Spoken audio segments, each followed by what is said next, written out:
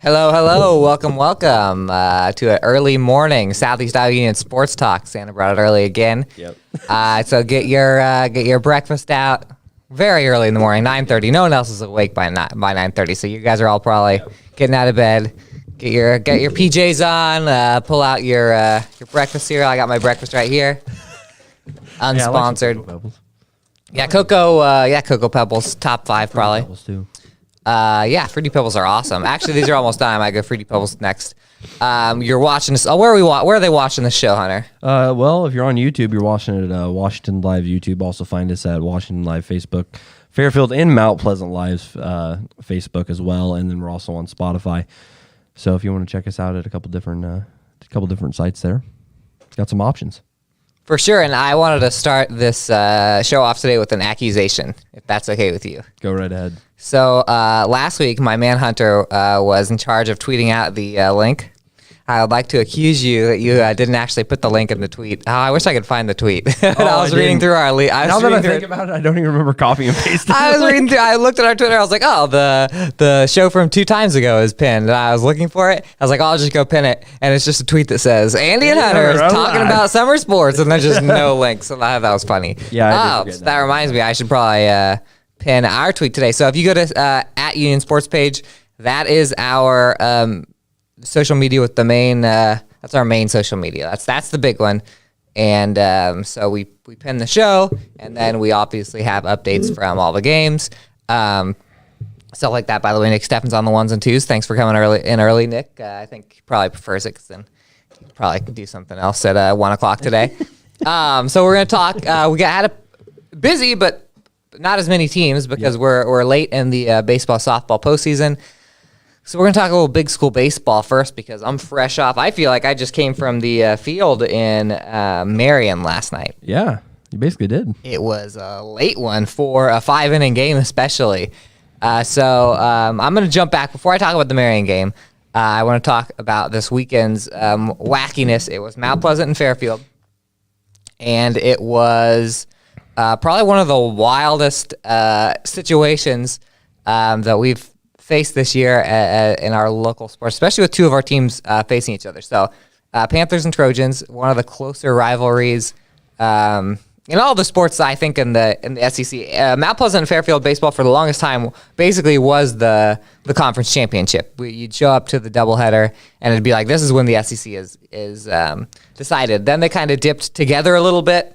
Now they're kind of both on the way up a little bit. So throughout me even being in Southeast Iowa, they've always been close enough to where there's not a lot of blowouts. In fact, funny enough, so coming into Friday night's game, Fairfield had won 2 out of 3, and Fairfield won 1 game by 6, 1 game by 13. And I remember talking to Coach Josh Allison at Fairfield saying that it really didn't even feel like a Fairfield-Mount Pleasant game because there were a couple of blowouts this year. Not what we got on Friday night. So show up to the field 7 o'clock, Hunter. Maple Leaf Athletic Complex in Mount Pleasant. Looks like a typical kind of knockdown, drag-out game. Well, pitcher's duel between Tate Allen and Ben Newton. Fairfield scored a couple in the 3rd to go up 2-0, which the way Tate Allen has been pitching, especially against Mount Pleasant this year because he shut him out earlier, that was a big couple of runs. Those were Landon Nordorf had a RBI single, 2 outs up the line, and then Cody Burleson had a RBI double, so that made it 2-0. Go back to the bottom of the 4th. Mount Pleasant gets a couple. Carter Amos had a RBI double. Elliot Cook had an RBI. Garrett Cook, Elliot Cook, that's a name from a while back. Had a RBI double, tied it up. Get to the bottom of the 6th. And that's when Mount Pleasant takes their first lead. Carter Amos double to another RBI double. Carter's basically doubles every time at the plate by now. And so it's 3-2. About the bottom of the 6th, the rain is just starting to drizzle down. You're like, oh, it's getting kind of bad out there. Which it's a close game in a pitcher's duel. And at this point, Talon Bates is in, relieving for Fairfield. Jake Ensminger's in for Mount Pleasant. And the ball's slippery. It's kind of a wild. Have you had any games like that this year where it's like You just know it's chaos when the rain starts because the playoff game, they don't want to postpone it. Don't think I ever got rained on. Really? Oh, well, I did. I was let me tell there you. right after it rained, but Yeah. that was late in the season, Van Buren, Eddyville, Blakesburg softball. But Oh, like on the way home? yeah, It was wild. And in fact, so Fairfield loads the bases, 2 outs. Talon Bates, the same kid who came in, and he got out of the inning after Carter had that RBI double, so it was 3-2. Talon Bates comes in, wiggles out of it, so it's only 1-run game. Then the top of the 7th, bases loaded, gets hit by a pitch with 2 outs. Real big emotional moment there because he was actually 1 strike away from Mount Pleasant winning it right there. Then it's tied 3-3. Insminger gets the next guy strikeout. So bottom of the 8th, a bunch of wacky stuff happens. Mount Pleasant gets the first guy on a hit by pitch. Runner gets thrown out at third, so there's 1 out. They got another out some other way. Basically, it ended up runners at first and second, 2 outs, and Cook was up to bat. Ball 1, the rain's coming down. Ball 1, like right when the ball hits the mitt, the rain that was coming down started going like 4 times heavier. Oh, no. And so they had to postpone it in the bottom of the 8th and come back the very next day. It's supposed to be at noon, ended up at 2 o'clock. So we literally got to a situation where it could have been 1 pitch. Mount Pleasant could have won it on 1 swing of the bat. So Fairfield could have came down, like we could have all went to the field and it could have been over. That didn't happen. No, that could have been a 5-minute game. Fairfield's Aiden Kruger comes in, 3 straight strikes, gets out of that inning. In the 9th, Zarek Fanghaus strands a couple of Trojans. So Fairfield doesn't score, and then Mount Pleasant hit by pitch, walk. Fanghaus steps up to the plate, nobody out, bases loaded. First pitch lined into the outfield. So Mount Pleasant 4, Fairfield 3, and I think it was 19 and a half hours between when we started and we finished. that's pretty crazy. It is pretty crazy. Yeah, I remember I was looking up the scores and I was like, well, not too many score. What's going on over here? And then I saw your tweets about, Yeah. yeah, we're going to wait until tomorrow for this one. Yeah, I thought about doing something for the show. I thought about cutting like a nice little video for the show with my phone when I was pouring like a little news update, but then it was pouring, so I was gonna stand out there on the field and be like, I'm coming live from Maple Leaf Athletic Complex. Just getting drenched. Just getting drenched. Yeah, it was really, it's funny because at Maple Leaf there's a really small fence to get out to the parking lot. I mean, when it came down, it was just chaos because all the fans from both teams were getting out to the parking lot, but you have to squeeze through. Yeah. It's not the best place for like dashing to the parking lot, and so yeah, it's pretty funny. But it was a pretty wild game. And then last night, Mount Pleasant did give number 5 Marion a little bit of a sweat. 3 runs in the first inning. Carter Amos had a 2 RBI double to off the deep center field fence to start things off. So it was 3-0. Marion comes back with 5. Mount Pleasant scores 2. Marion comes back with 7. Mount Pleasant scores 3. That's that cut it to 15-8, and then that cut it to 12-8, and then Marion 3 in the 4th and 3 in the 5th to close it out 18. They must have really had the bats going then. Marion is very good. This kid Miles Davis, not to be confused with the singer. He led 1 inning off with a homer, and then he had a bases clearing triple on the exact same inning. So he was a stud. So that was tough. Carter Amos had a couple of RBIs in that one last night. Insminger started on the mound. Vinghaus came in relief. They both had goods and bads, but 2 outs. Marion, I think, scored 9 runs with 2 outs. And it was one of those situations where it'd be like 2 outs guy on first, and then, little dribbler. Now we got guys in first and second. There's a walk. Single, and it would just kind of plateau from there. Let's see. Zarek Fanghaus had an RBI single. Jake Insminger had an RBI single in there. Let's see here. Peyton Walker, who pitched a little bit right at the end, he had a crazy 2 RBI triple. So the outfield was really bouncy, and so he had one little looper into the outfield, hits the turf. The center fielder, like it bounced higher than the center fielder could possibly leap up. Whoa. So it almost had an inside the park home run on that. That was pretty crazy towards the end of the game. So it was kind of just a wild game. But Mount Pleasant's out. Marion is through. I believe they play Xavier, and that means big school baseball wise, we're all done. But we got one more game to talk about because Washington went up, not to Assumption, but to North Scott. How'd that happen? Went over to North Scott and took on, as you mentioned, Davenport Assumption. Number 8 team in Class 3A there. Just a tough one, tough matchup for the Demons. And this one against the number 8 Knights, 10-0 in Assumption's favor ends Washington's season. Really, it was a close game for 3.5 innings. Assumption jumped out with 2 runs in the first, and Washington was able to hold them scoreless for the next 2 innings. And in the fourth, they added 2 more, and then really piled it on in the fifth with 6 runs. Ended it after 5 innings there, 10-0. Really, it was up until that point, it was a pretty defensive, really a kind of a defensive battle. And Washington was staying right there, but just really couldn't get it going at the plate. Mentioning that at the plate, they only had 1 hit and held to 1 hit. Sophomore Aaron Boone had that lone base knock there on the mound. Senior Isaac Vetter started on the hill. He gave up 2 runs on 4 hits and 3 innings of action, was striking out 3. And with the loss, the Demons finished the season 4-23. They'll lose 5 to graduation. Vetter, Ethan Patterson, James Strabala, Austin Reveling, and Brian Fritz. So, Washington out, as mentioned, no more big school baseball. Got some small schools left, but just a tough overall matchup for Washington. And it's always kind of a tough draw when you're drawing, the Davenport team, especially like Assumption, because they seem to always be at the top. But yeah, Assumption is the one team that you don't want to face. And speaking of Washington and Assumption, we will be leading off after this commercial break with a little Washington Assumption softball. So softball fans come back. Small school baseball fans. We got you after the second commercial, so stick around. We still got lots to talk about here on Southeast Iowa Union Sports Talk. We'll be Federation back. Bank is a locally owned bank providing award-winning customer service. We believe that we are more than just a federation of banks, but a federation of communities, serving Brighton, Richland, Wellman, and Washington, Iowa. Federation Bank's highly skilled staff is here to make sure you are able to accomplish your personal and professional goals, whatever they may be. Federation Bank, your family bank.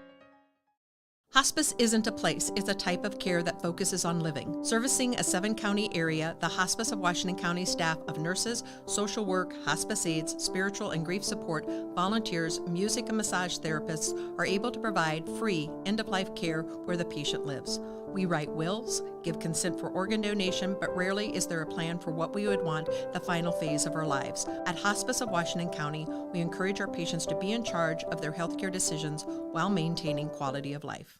Unbelievable amount of devastation. I've never seen anything like it. We had a beautiful barn that was gone in 20 minutes.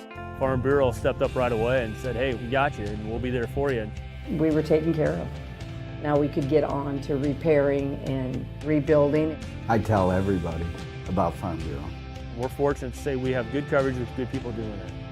Contact Farm Bureau agents Tony Starr and Mike Welcher in Mount Pleasant today.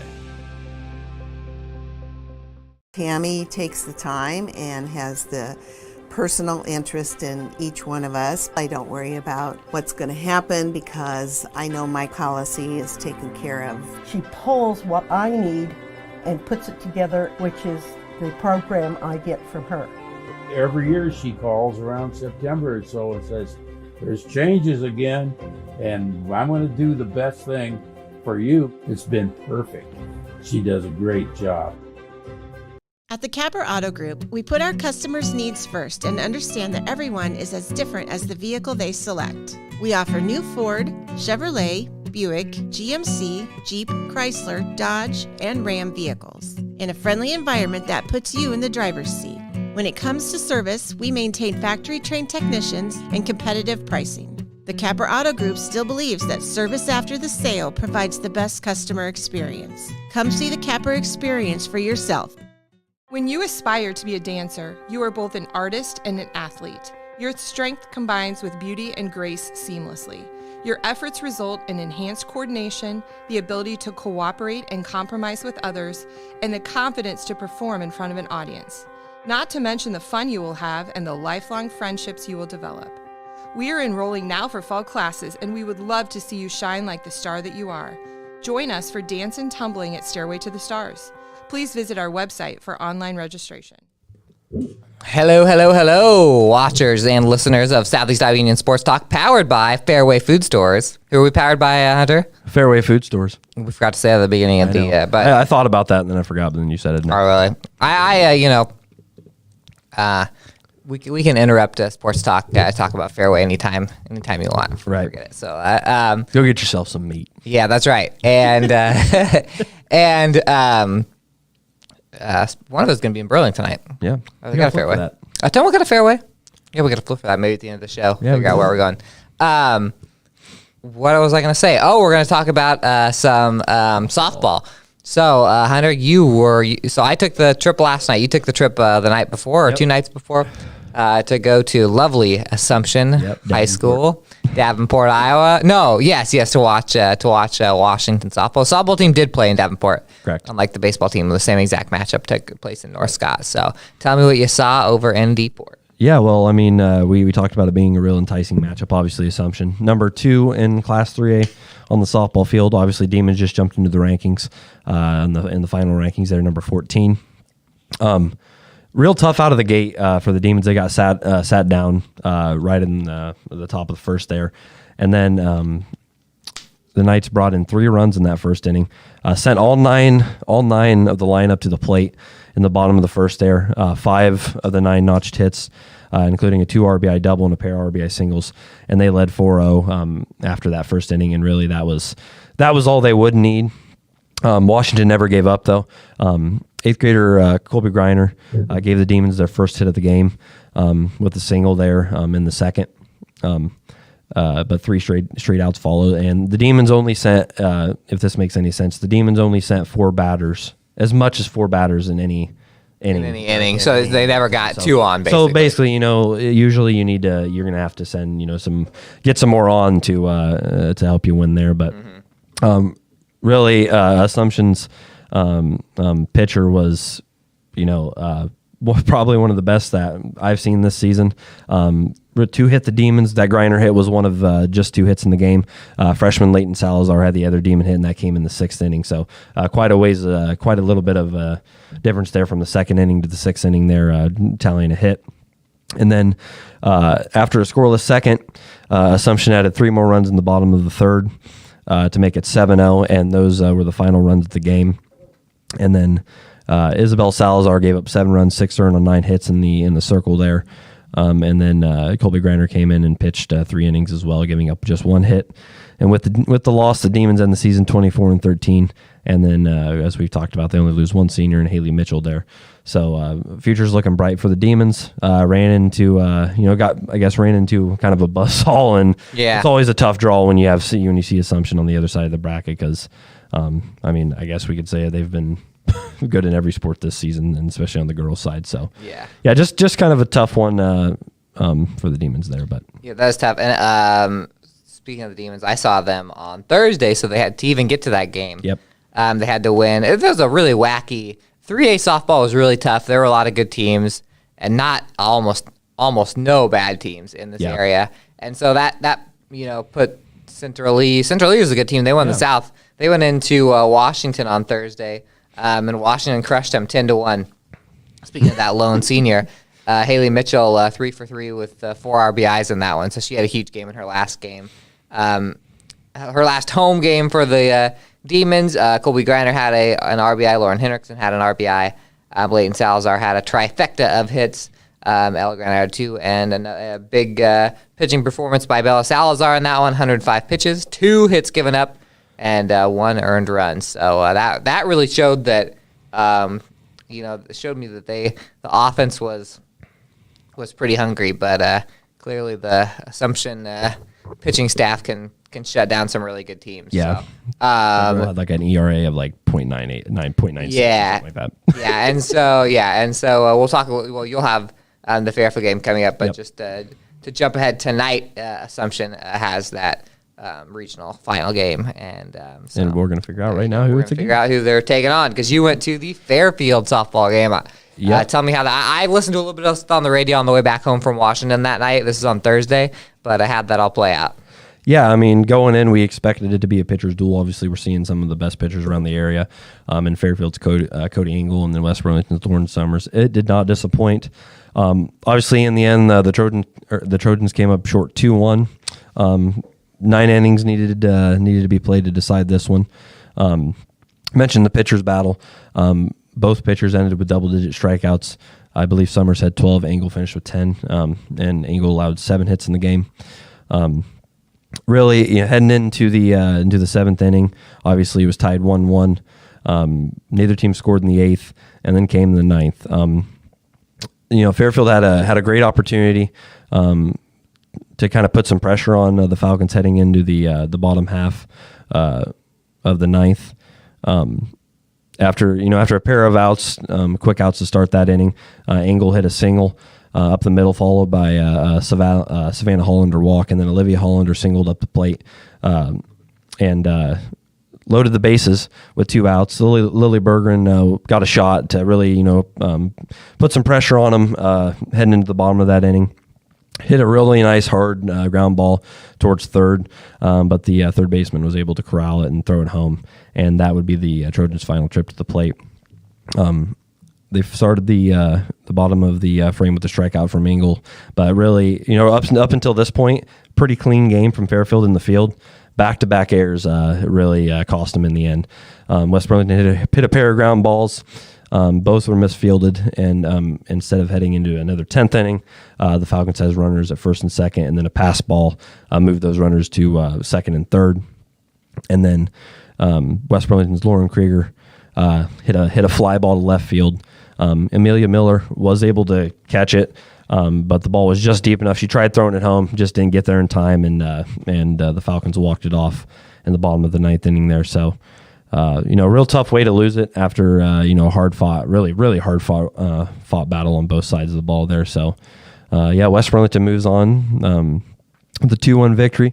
Fairfield finishes the season 13-15, and I also should mention in the first inning, West Burlington scored in the bottom of the first, and then lone 8th grader on Fairfield squad, Leah Helmick scored late. Lainey Norris in the top of the 4th to tie that up, all the way into the 9th there. So tough end for Fairfield, but great season nevertheless, especially after losing a lot of talent from last year. Yeah, I thought they showed that the younger kids are going to build that back up pretty well. They actually they were a lot closer than you would expect. Not only those a couple of seniors, but then a couple of kids got hurt before the season, so a lot of their lineup was new. I think maybe they had 2 hitters from last year's lineup. I think it was something like Savannah that. Hollander and Cody Engel, I think, were the only 2 that were really consistent hitters. So it's funny enough. So the Washington game got done early, so I was listening to that game on the radio on the way back, and I was listening to that game, and Mount Pleasant was playing at Keokuk in the 4A tournament. And they were both coming down to the wire, so I unfortunately listened to Fairfield get walked off and Mount Pleasant get walked off within probably 30 seconds of each other because I was going pitch by pitch, click, click, click, click to their 2 radio stations. Mount Pleasant played a really good game in Keokuk up until the last, really just the 7th. So Panthers fall 8-7 in Keokuk in postseason play on a walk-off walk. In fact, I believe there's a walk to tie it and a walk to win it. Keokuk scored the last 5 runs of the game, including 4 in the bottom of the 7th. So Mount Pleasant was up at 1 point, 7-3 in this thing. Mm-hmm. Sage Burchett, 0 homers coming into that game. She's only a freshman, but 0 career homers. Hits 2 bombs, 1 in the 3rd and 1 in the 4th. Mount Pleasant's going to have a lot of power coming up because a lot of their more power hitters are the younger kids. Addison Clark's another one that had a couple of big homers, but they really hit the ball. Mount Pleasant did, and they hadn't. They've been kind of hot and cold as far as offense wise. But Sage Burchett is up with. She went 3 for 5. She had a double and 2 homers. Obviously, her best game of the year batting wise. Joellen Martin, who pitched the entire game for Mount Pleasant, went 3 for 4. A couple hits from Kinley White, couple hits from Jaden Hausch. From Doug from the Fort Madison Daily Democrat was covering that game, and he was talking about how many running and diving and leaping catches the outfielders are making and how Mount Pleasant was playing such great defense. 6 of the 8 runs that Keokuk scored were earned, which if you follow a lot of the Mount Pleasant softball games, a lot of times they'll say, they gave up 8 runs and like 3 of those were earned, and that's usually the problem. So they played pretty solid defense. By the way, those runs, the game tying and game winning runs for Keokuk, came with 2 outs. So Mount Pleasant was 1 strike away from getting out of that one. So you could it was double heartbreak on the radio, just flipping back and forth. So really tough result there. Mount Pleasant is up 5-25. They have a few kids that they lose, Ella McNamee, Jaden Hausch, and Jersey Beachy, but they got a lot of talent coming back next year, and kind of like Washington, where they have a lot of talent that is young, sophomores, freshmen, 8th grade. So we see that a lot too. Yeah. Right now, the softball teams are pretty darn young. And speaking of, we should jump to a couple of our smaller schools. Couple heartbreakers. Yeah, a couple real heartbreakers. So on Friday night, I was at the Mount Pleasant Fairfield game, and you were gone on Friday night. Yep. And so I was paying attention to the Cardinal Regina softball game. And I was at Regina 2 years ago when the Regals walked off Cardinal to go to state. Mm-hmm. And then I covered last year's regional final when Cardinal lost 2-0 to Louisa Muscatine. And in that game, Cardinal had, I think they might have out-hit them. They definitely had 2 or 3 different spots where it looked like they were about to take the lead. So they've been heartbroken the last couple of years. Hasn't been the greatest season record-wise for them, for as good as they are. They play in the SCC, which I think went something like 9-1 or something in the postseason, like in the first 10 games, the conference as a whole. But they lost 3-2 on a walk-off 2-run double. It was actually 2-0 heading into the bottom of the 6th. Regina scores 1 in the 6th and 2 in the 7th. I think they scored all their 7th inning runs with no outs.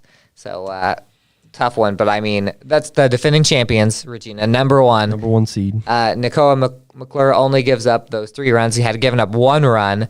In fact, I believe the first run was unearned, so really 0 earned runs going into the 7th. And you talk about teams that have a lot coming back. Cardinals one of those. So Emma Becker was 2 for 4 with double and an RBI. She was hurt for a lot of sports this year, so it was good to see her kind of. I really noticed she was kind of getting back into form during softball season as far as getting a lot of hits. Ava Farrell had a hit. Ashlyn Patrick had a hit, and Brindley Ostrander had an RBI. But yeah, Cardinal, everyone except they lose a big one because they lose Kinsey Hissam there. Yep. Not only their 3rd batter, but a really, really good center fielder for them. But Cardinal will be back in a big way next year, I think. And they got plenty of hard games with the SEC stuff. But we said before that Cardinal was one of those teams where you wouldn't be surprised if they ended up as state. Yep. And that was pretty darn close to get into the regional final. Yeah, and it's just tough too because we've seen them come so close, and it's we know that we knew that they could play with the best teams because they've played close with Davis County and all those teams at the top, and it's tough to see a team that is leading for that long and then it's just it just slips away at the end. It's always heartbreaking, especially when it's a team you cover and you're Yeah, exactly. Well, and speaking of that, I also covered the Highland game. Yeah. Speaking of teams that didn't have the record that we thought they would, but that we said could be at state, they were playing Wapello in just the quarterfinals. Yep. But because of the way the bracket set up, you kind of feel that Highland could have beaten anybody in the bracket. Yeah. Ended up losing 3-2. They were up 2-0 going into the 7th. They had a lot of spots where they probably could have added on to the 2-0. But honestly, going into the 7th inning, I think was this the one I went to Thursday night, or was this Wednesday night? We already talked about this game? No, I don't think we've talked about this one. I don't know. Last week you had a Thursday. I think we did actually. But just to reiterate, Jessica Kraus pitched an awesome game, and then the very end. It wasn't just Jessica Kraus. Grace Pryble will come in to relieve her and got out of a big jam. So they had combined shutout Wapello, and it was dribbler, walk, and then the big one, the kid Tatum Wolford. Yeah, we did talk about. She bats about 650. Yep. And she had a 2 RBI hit. So both Cardinal and Highland not only lost on a walk off, but lost on a 2 RBI hit, meaning they were leading, and then boom, it was over. That was also 2 outs. So heartbreak city. Yeah, and the other the other 2 games with teams that we had left after the first round action, we had Columbus taking on West Liberty. Kind of similar.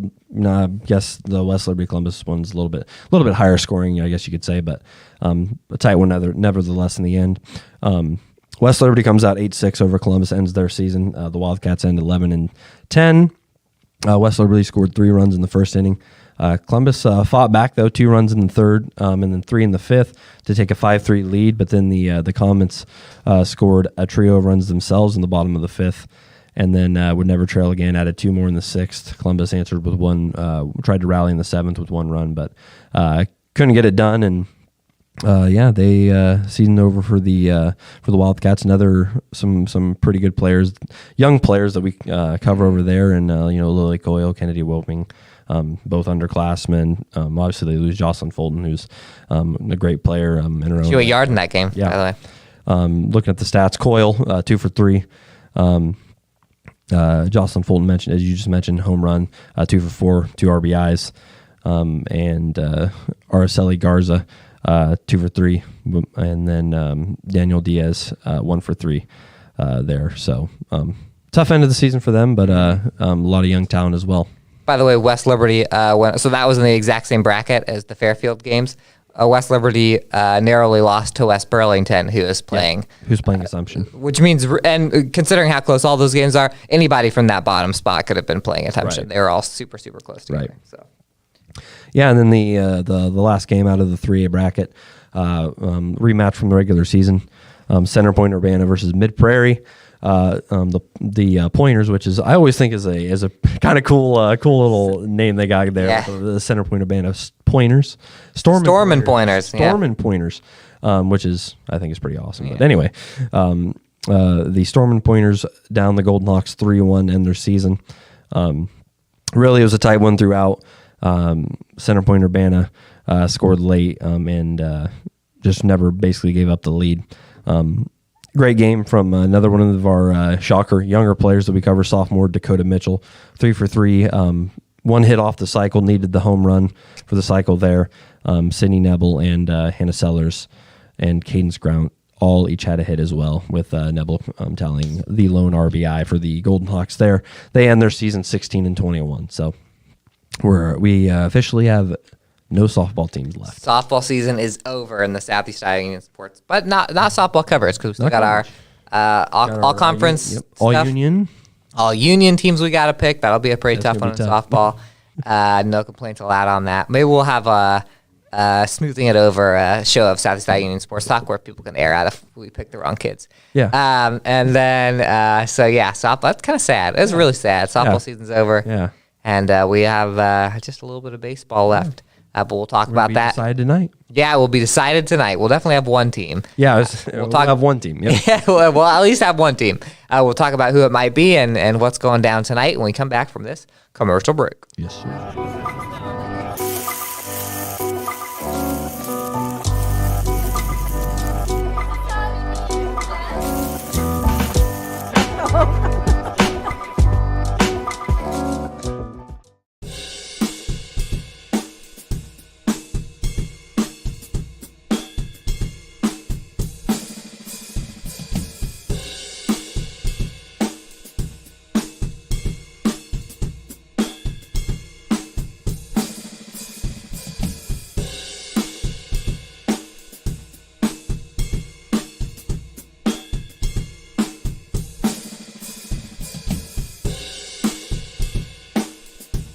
Family owned and operated by Andy and Sarah Ross, Ross Auto has been your vehicle repair and maintenance headquarters since 1935.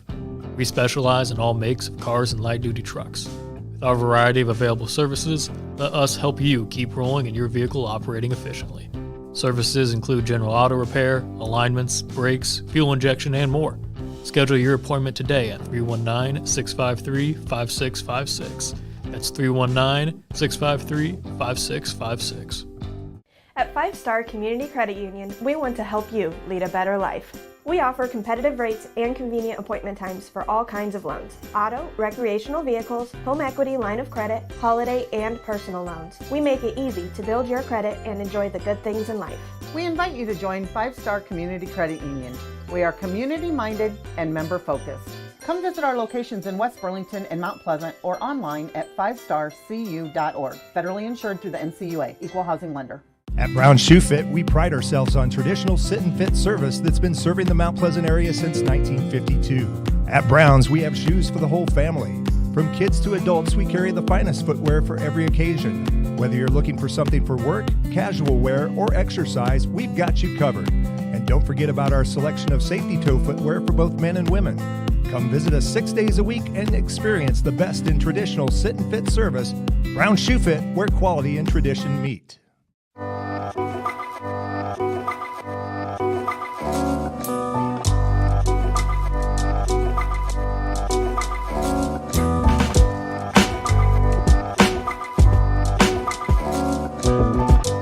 Bring the kids and share the memories from steam engines, antique cars and trucks, tractors, gas engines, and horses. Maybe your memories are of great food from the North Village to the Log Village, or learning how to square dance over at the Dance Barn. This is the place where memories are made. Make plans now to enjoy the history of the past at the 2023 Midwest Old Threshers Reunion, August 31st through September 4th in Mount Pleasant. Visit oldthreshers.com for more details. Southeast Iowa Union Sports Talk Live. We're going to talk, we'll close the show out with a little preview of what's coming tonight. Hunter, we got, let's talk about the one with both of our teams first. Van Buren County off a 10-0 skunking of Mediapolis. Lucas Fett with a huge grand slam in that. That earned them a spot in the Class 2A Sub-State 5 final tonight in Ottumwa against Mid-Prairie, who absolutely dominated Durant 11-0. Neither of these teams have given up a run in the tournament so far. Both these teams will have every arm available, I believe.